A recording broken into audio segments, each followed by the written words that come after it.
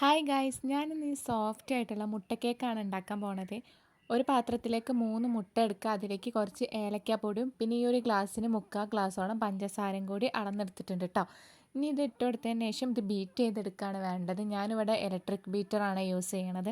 നന്നായിട്ട് ഇതൊന്ന് പതഞ്ഞ് വന്നു കഴിഞ്ഞാൽ ഇതിലേക്ക് നമ്മൾ നേരത്തെ പഞ്ചസാര അളന്ന അതേ ഗ്ലാസ്സിൽ അതേ അളവിൽ മൈദപ്പൊടിയും കൂടി ഇട്ട് കൊടുക്കാം.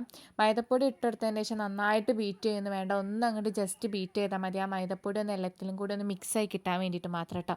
അതോടെ കഴിഞ്ഞ് നമ്മുടെ ബാറ്റർ ഇവിടെ റെഡി ആയിട്ടോ. ഇനി ഒരു പാനിൽ കുറച്ച് നെയ്യാക്കി കൊടുക്കണം. അതിലേക്കാണ് ഈ ബാറ്റർ ഒഴിക്കേണ്ടത്. താഴെ ഇതുപോലെ ഒരു തട്ടും കൂടി വെച്ച് കൊടുക്കണം കേട്ടോ. എന്നിട്ട് ഇതൊന്ന് വെന്ത് കഴിഞ്ഞാൽ ഇതിലേക്ക് അണ്ടിപ്പരിപ്പ് മുന്തിരി വറുത്തത് ഇട്ട് കൊടുക്കുക. എന്നിട്ട് ഒന്നും കൂടി ഒന്ന് വേവിച്ചെടുക്കട്ടോ. ഒരു ഈർക്കോളുകൊണ്ട് കുത്തി കൊടുത്താൽ മതി, അതിലേക്ക് ഒട്ടിപ്പിടിക്കില്ല. ഇത് വെന്തെന്നാണ് കേട്ടോ അർത്ഥം.